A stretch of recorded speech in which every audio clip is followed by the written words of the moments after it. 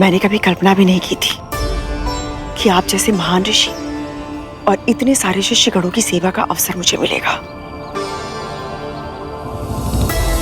आपका बहुत बहुत धन्यवाद जो आप यहाँ पधारे।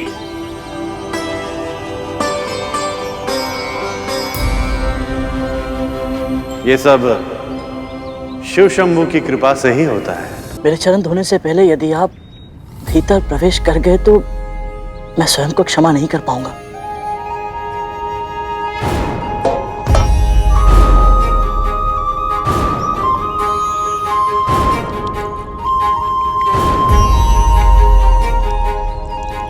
हमें कम से कम समय में अधिक से अधिक कार्य करने होंगे। सबसे पहले कुशा के आसनों का प्रबंध करना होगा ताकि महर्षि और उनके शिष्य विराज सकें। यहाँ तो इतनी सारी चींटियां हैं। यदि ये चींटियां महर्षि और उनके शिष्यों के सामने आ गई तो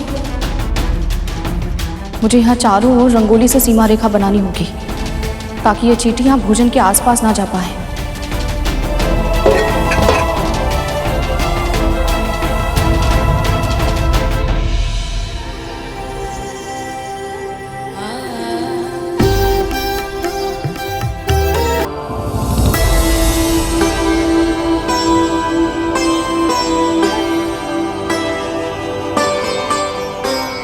तो इन दोनों ने एक साथ रंगोली बनाई है।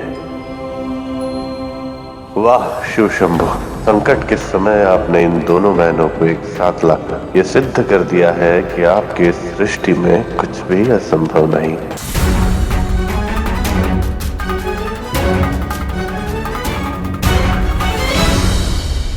व्रत भले ही विंता और कद्रू ने रखा हो, किंतु हमें आमंत्रण तुमने दिया है दीति।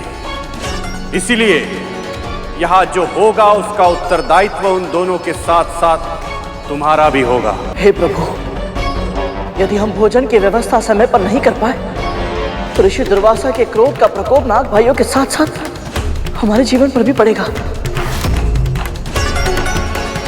सहायता कीजिए प्रभु। हे प्रभु, व्रत को सफल करने में हमारी सहायता करें। अब तो केवल आप ही हमारा सहारा है।